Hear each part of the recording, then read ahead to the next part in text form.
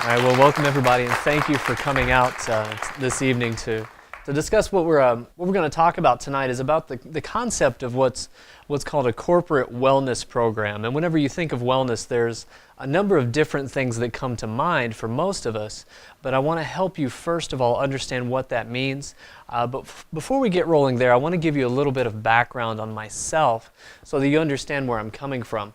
And so obviously, there's a number of things that are going on here, but I want to give you a little background in my education first so that you know that. I graduated from Logan College in St. Louis. I have a bachelor's degree in human biology as well as a doctorate in chiropractic. There's also some training that I had in a town called St. Cloud in Florida. It's a little town just outside of Orlando, and there's a particular facility there where we did intensive care with scoliosis. So a pretty large clinic with multiple doctors. We saw a pretty large volume of people run through there. In this particular clinic, people would fly in for an intensive program. So there's about 12 of them in the world with the Level 2 Clear Institute certification on them.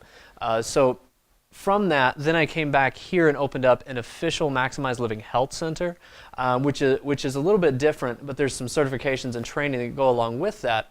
There's the Autism Whisperers Biomedical Curriculum, as well as I'm officially a part of the Wellness Advisory Council for a few USA teams. You can see some of the partnerships and logos and things there.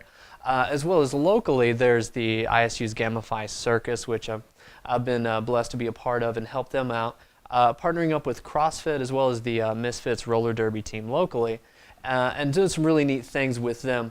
And then so I'm certified in spinal correction as well as nutrition through Maximize Living. So the reason why I go through all of this is not to try and make myself sound better or things like that, but I want to help you truly understand the perspective and the level of the quality of the information that we're coming from.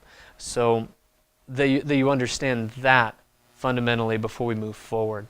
So let's get started, and we do just a ton of training to go forward with these things. But one question is, why wellness, right?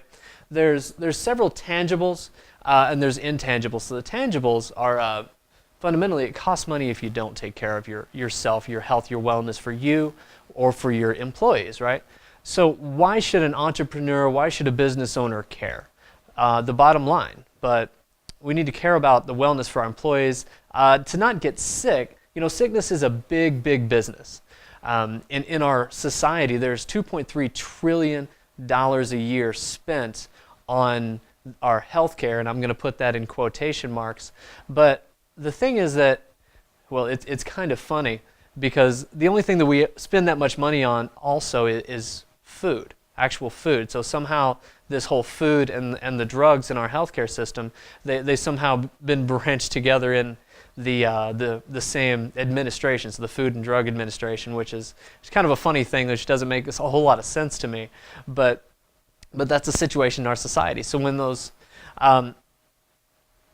come together, obviously that's kind of weird. But some of the tangibles we need to understand, obviously, are the finances. The intangibles here are going to be things like the energy, the passion that you're going to have to be able to portray what it is that you're doing as a business owner, as an entrepreneur. You got to have your energy, you got to have your passion, because if you don't have that, then people are likely to move to someplace else, especially as we age, as we're continuing on, as we're getting more wise in our entrepreneurship. We need to be able to compete with the younger, more energetic crowd. We need to be able to sustain those things.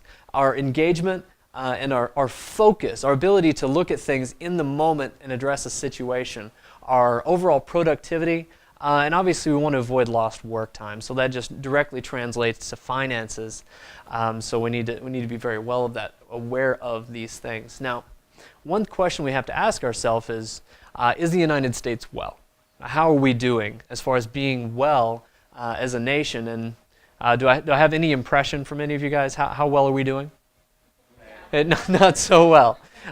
Yeah, and really just I want to go over a couple of statistics here with you just so that you get an impression of the reality of what's happening in our society. 5 out of 6 Americans die from cancer and heart disease when you combine them, which is astronomical, and that's kind of scary because guaranteed there's more than 5 out of 6 people in this room, they're going to fall into the same statistics.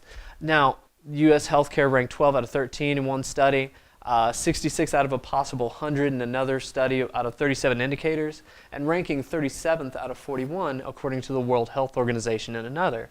So this is obviously a problem. I could go over statistics for hours, but I'm just going to touch on a couple of these things to really understand the grasp of what's happening. You know, over 200,000 people right now are killed by hospital error in the United States. That's kind of scary. And 62% of all bankruptcies right now in our society are for medical expenses. And 3/4 of them, about 78% of them, had insurance. So health insurance itself will never truly insure your health. So we need more resources and we need more tools if we want to have the quality of life and the performance, whether it be in business or in our lifestyle as a mother, as a father, as a husband, a wife. For any of those things, we've got to start making some changes, and we've got to start making some differences in our life if we want to get different outcomes. Because if we continue to do what everyone else is doing, we will continue to get what everyone else is getting. And right now in our health, that's a problem. That's a big, big issue. So, you know, and these things have just gotten massively worse. I'm not going to go over all of these, but I want to help you understand some concepts, some principles that you can take forward. Okay, so I want to introduce you to a concept called genetic habits, which sounds kind of like a contradiction in terms, right? Sounds a little bit weird. There's new science called epigenetics. That's the code above the code. Now, Time Magazine did an article on this in 2010. They talked about just exactly why your DNA is not your destiny, which is exciting news, because that means that if your parents had heart disease, your parents had cancer, your parents had diabetes, that does not mean that you have to fall into that scenario. Is that encouraging to anybody? That's huge. That means that the choices and the habits that we have make the difference. What they've found is that's actually a much, much higher percentage than what we've ever been allowed to believe beforehand. So what this literally means is that if I have a habit of not exercising, my genes will have a habit of not expressing the correct hormones that will create me to be a fat burner. So I would literally express different genes than someone who has the habit of exercising regularly. So that's been pretty neat to look at these things and look into the newest research on how these different types of lifestyle components really do make a massive difference. Now, we need to fundamentally understand what health is first before we understand what it takes to have a wellness or health program. But in our society, there's a group of people that tend to look at how fit we are, how athletic we are as our barometer for health. Because if you look at the cover of Men's Health magazine, for example, you see the guy with the six-pack, right? He's incredibly fit, but does that necessarily mean that he's healthy? Not necessarily. And then obviously we need to eat well. However, if we just eat well or we just exercise, that doesn't necessarily mean that we're healthy either. There was a man by the name of Lance Armstrong who was one of the fittest men on the planet and ate incredibly well, had some of the top nutritionists in the world working with him, however still got cancer. So there's some other missing things that we need to be very aware of. And there's another section of people that look to this pill. I just need this medication. I just need this pill for me or my child or my family to be healthy. And while most of these really don't have a whole lot to do with health, I want to help you understand some fundamentals here about the background between what we need to be aware of to achieve that. So the World Health Organization had a great definition. They said that your health is when you're functioning optimally. Your entire body, your mental, physical, your social, and I like to throw in spiritually, but not merely the absence of symptoms or disease. So if we're looking at optimal functioning, that should be our goal, not necessarily just that we're fit, or just that we eat well, or just that we are taking the medications that are prescribed, but we need to pursue this, and we need to make sure that our body's functioning well. Does that make sense? That's a pretty solid definition here. So I want to help you understand the differences between wellness paradigms. There's the medical model, and then there's what's called maximized living. So the way that we think about wellness. So the way that we think about making choices for our body can be completely different. So the goal of the medical model is early detection of disease. Now, by the time that we can detect disease, what does that already mean? It's already there. So for myself and for people that I lead through how to take care of their health, I don't want to wait till then. Does that make sense? We need to do some things now to prevent us from ever getting there.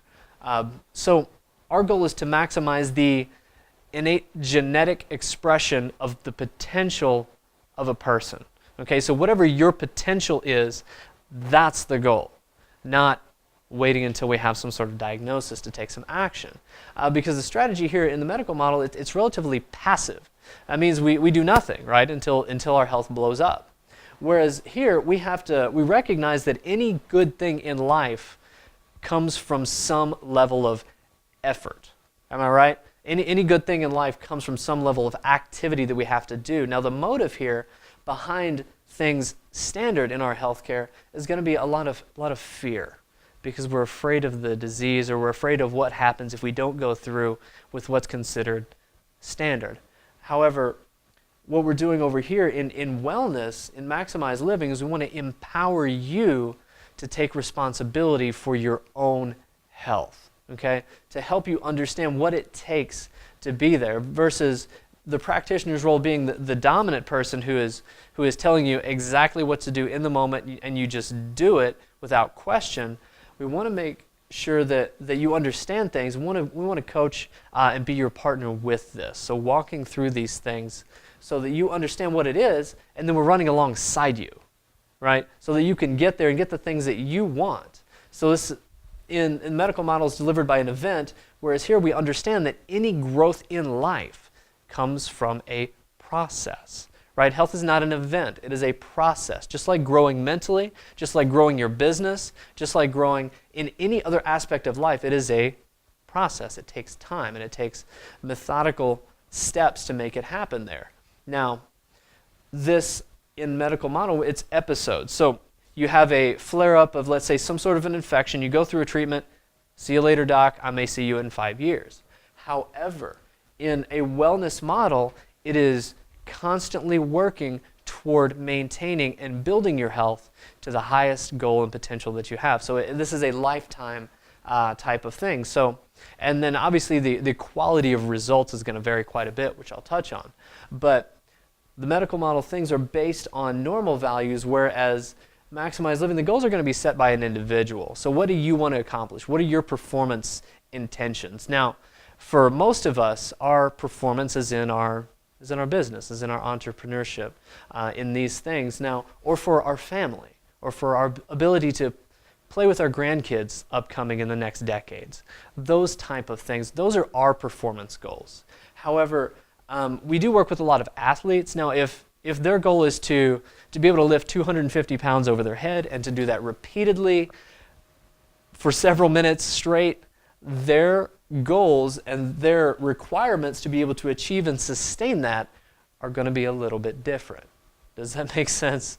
So what are your performance standards? Are you going to be a professional baseball pitcher, or are you going to play in a softball league with your church? So a little bit of a different requirement there. Now, I want to help you understand, because when it comes to wellness programs for the corporate world, it's all about the bottom line. Now, as far as for an individual, there have been some statistics and studies done on these things. In a wellness or a maximized living model, the cost structure doesn't change. You invest, just like in any other financial component, you invest up front to get a huge return and reward on the back end of it, but the cost doesn't go up there.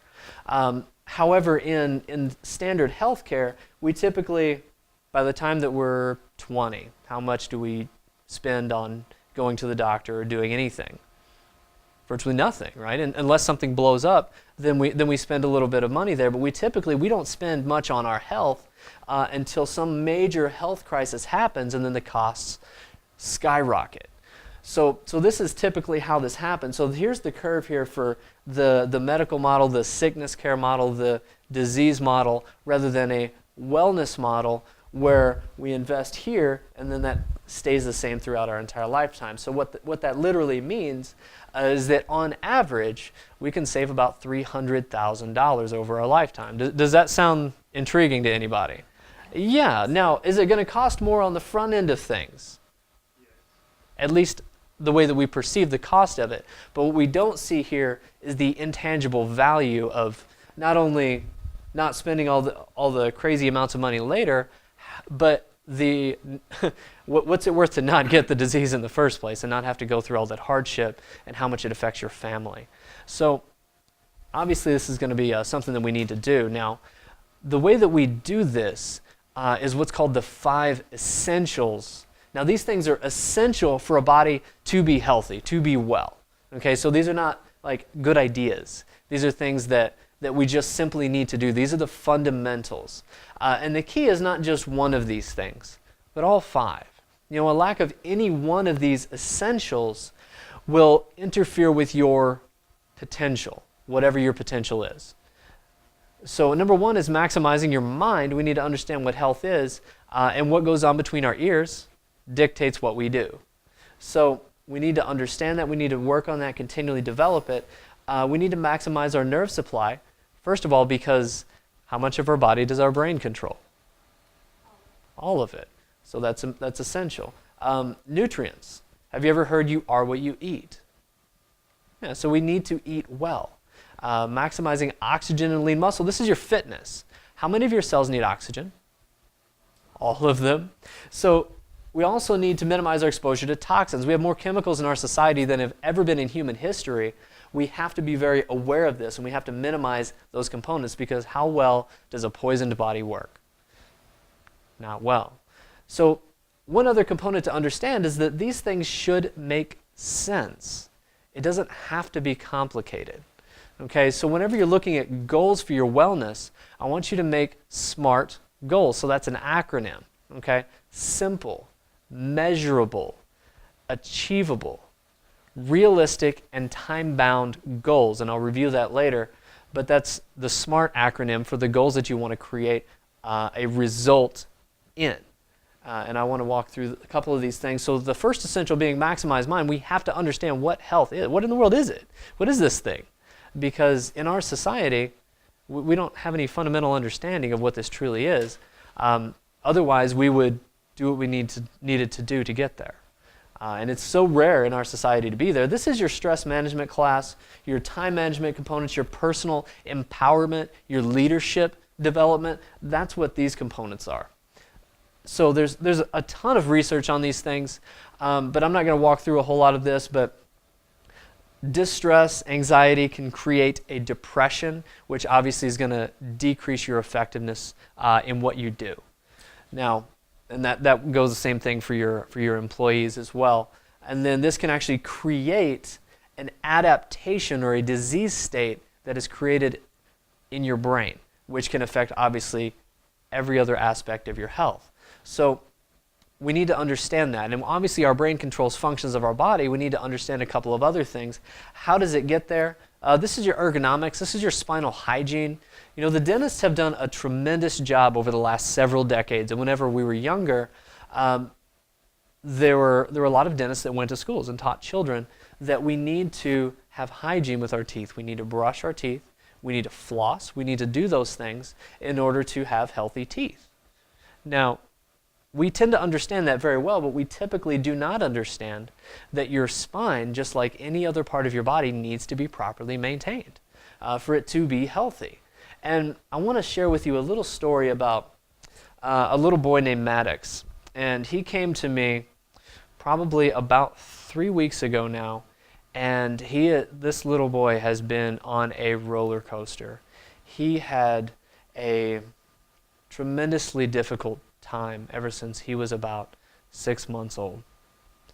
And he had gotten sick very quickly after having his 6-month vaccines, and he ended up having a well-developed pneumonia, and one of those that he received was a pneumococcal. Then, of course, the standard medical position on that is there's absolutely no way that that's related. However, that time created a very downward spiral for his health. leading to several other components, even the extent of a diagnosis of juvenile rheumatoid arthritis.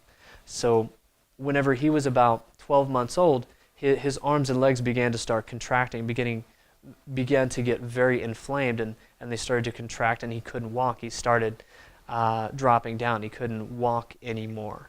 And so began going down the process of physical therapy and all of these other things, including medications, one of which is actually a chemo medication, which is kind of insane when you think about this is going into a child who's under 2.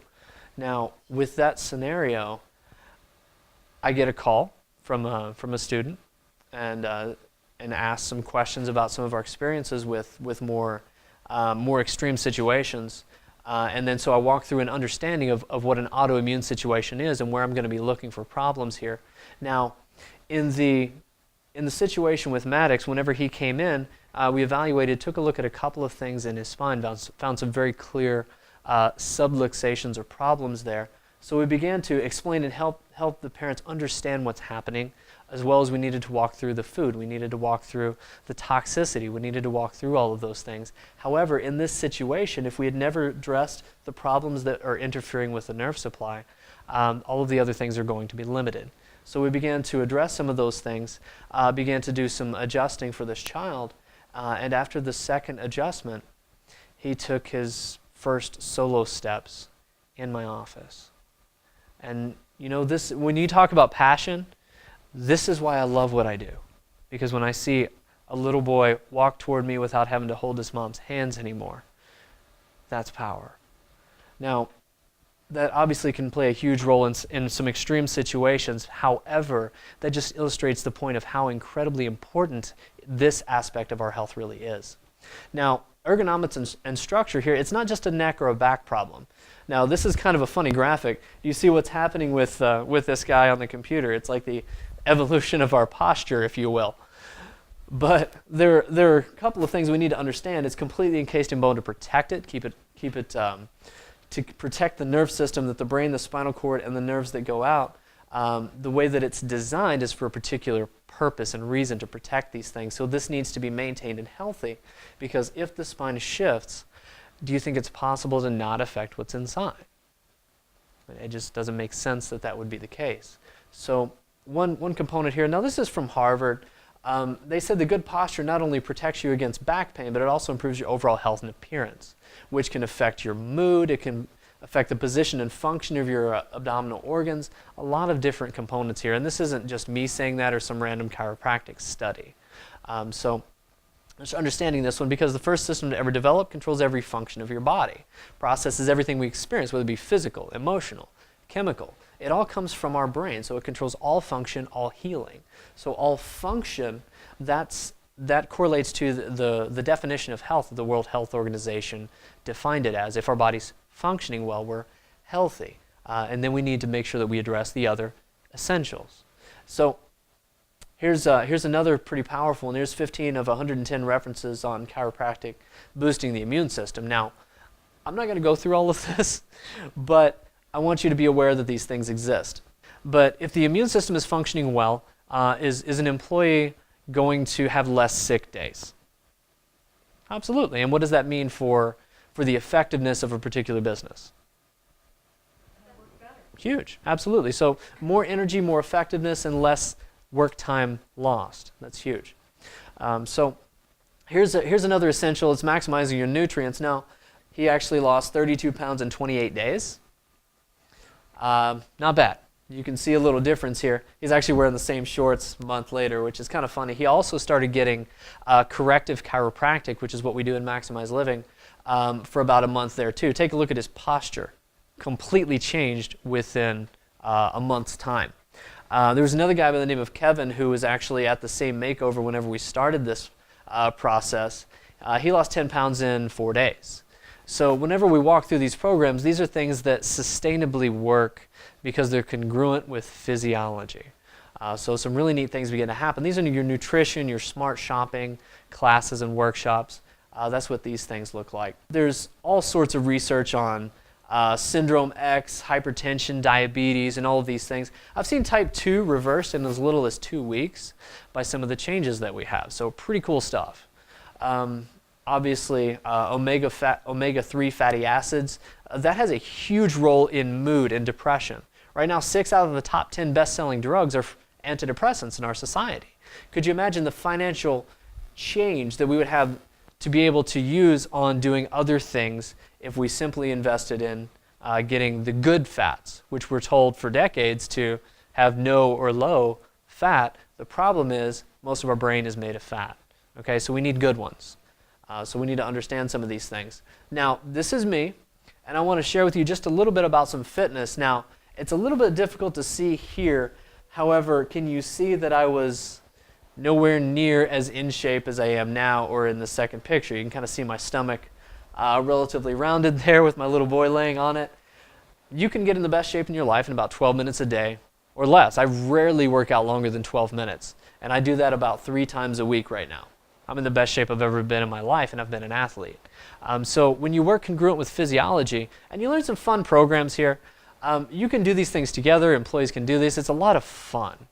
Now, understanding these components, then you can begin to utilize them and begin to walk forward with these things.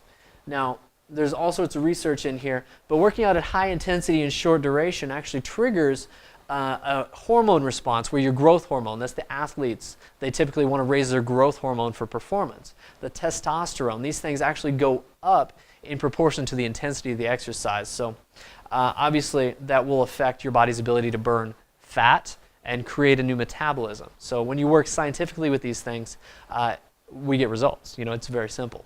The last essential is minimizing your exposure to toxins, avoiding these things. And I want to share with you just a little bit about a lady named Lily. First of all, she had a huge road that she had traveled before she ever came to see me. Now, she had thyroid, adrenal problems, a lot of fatigue. She was on a couple of medications. She was on several supplements. She's now, at this point, she's completely drug-free. She takes she takes fish oil, vitamin D, rather than the bag load of things that she walked in with. And so walking through these things, a person can get well when you operate congruent with physiology. So I'm not going to go through a whole lot of these things, but one little scary fact here, about 3,000 chemicals are added to our food alone, which have been approved by the FDA. So these are some crazy things that we just need to learn to be aware of. And the University of Columbia School of Public Health said this. They said 95% of all cancer is due to diet and the accumulation of toxins. So more and more research comes out on these things. But I want to help you understand the structure of what a corporate wellness program looks like. That's going to incorporate all of these things that obviously you want it at the highest level possible. You want the highest quality of the information and leadership that you can have to be able to implement these things. So step 1 is forging a relationship. Step 2 is going to be a Kickstart program. So one thing that we do is called the makeover. So we do an event where we walk through several of these things in a lot more detail, and then there's follow-up. And so the follow-up is a little bit more intimate. It's a little bit more specific and practical on the day-to-day of what to do. And then step 4 is obviously continuing to grow and develop the partnerships for a healthy future of a business, a company, a family, etc. So let me go into these just a little bit more. And forging relationships starts off with a meeting, right? Because we need to determine what's needed, what's going on with your particular situation. What are your needs? Do you have a lot of people that need to lose weight? Do you have a lot of physical injuries? Do we need to walk through the ergonomics? Is that the thing we need to do first? Because every place is a little bit different. However, there's some fundamentals that we can walk through. And so to develop the structure to meet the needs that you have is key. So we start there.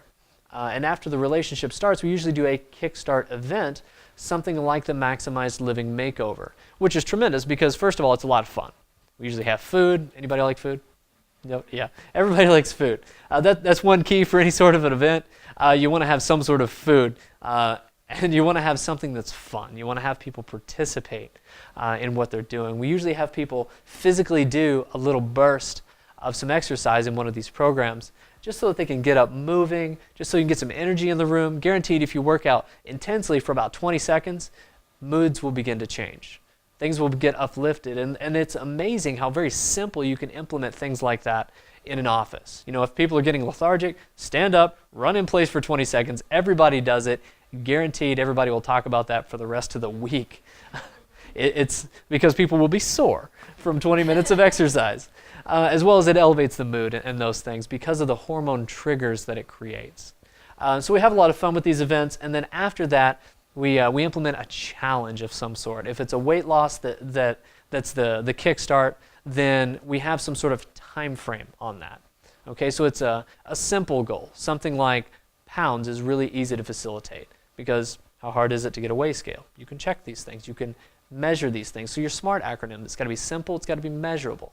It's got to be achievable. You can't try and set, you need to lose 90 pounds in a week. That's not achievable. And it needs to be realistic for people. So something that's going to be realistic for an individual may vary just a little bit. However, it needs to be realistic. And then it also needs to be time bound. 30 days is a pretty good time frame.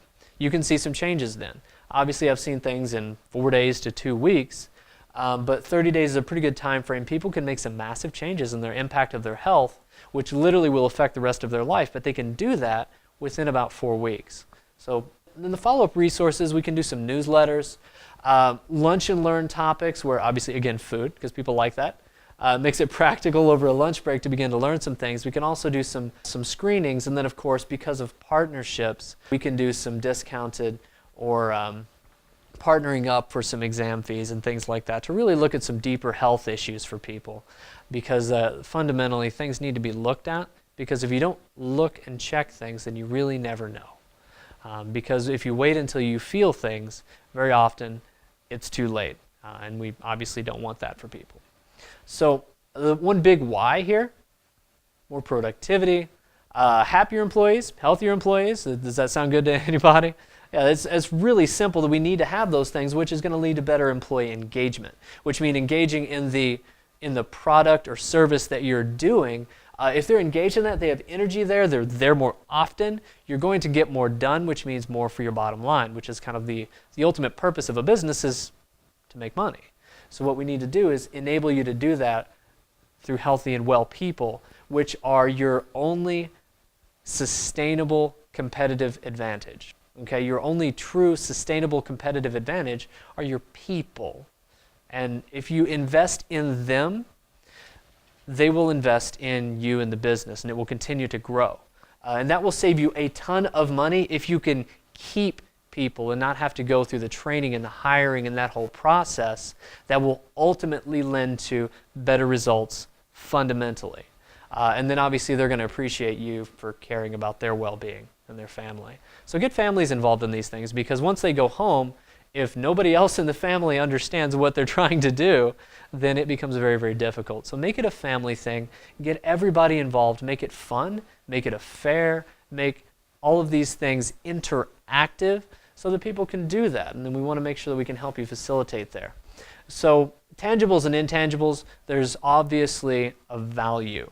Do you know anybody who would like 60%? And I was corrected grammatically. These shouldn't be less. Those should be fewer this morning. But 60% fewer hospital admissions, 59% fewer days in the hospital, 62% fewer outpatient surgeries, and 85% less in pharmaceutical costs. Now, these statistics actually came from Blue Cross Blue Shield of Illinois. Okay, so these numbers, these came from people who had a chiropractor, a wellness-oriented doctor as their primary physician. So a very different result from a very different mindset, which leads to different levels of action. So with this in mind, I want to help you in any way that I can. I will be here. We have resources for maximized living all over the United States and Canada. Feel free to check out maximizedliving.com. There's actually a section where you can find a doc. You can type in your city and state and zip code, and very likely there's a doc who is willing to reach out to you and help you, because that's one thing that I love about being a part of a health-driven organization is that people are passionate about making a change for the health of people's future. And that's really about all that I have for today. And I just want to thank you for taking time out to learn about these programs, and we want to be a resource for you and help you make these things feasible, affordable, and most importantly, effective for you, for your business, for the family that you have in your business called your staff. Continue to invest in them, and I thank you again for an opportunity to speak. Have a good night, everybody.